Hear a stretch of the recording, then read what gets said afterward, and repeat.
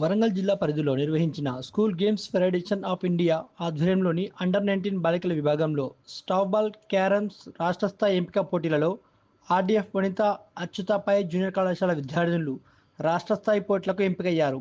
హన్మకొండలోని జవహర్లాల్ నెహ్రూ స్టేడియంలో జరిగిన ఈ పోటీల్లో ఆర్డీఎఫ్ వనిత అచ్యుతపై జూనియర్ కళాశాల విద్యార్థినులు అద్భుత ప్రతిభ కనబరిచి అందరి ప్రశంసలు పొందారు.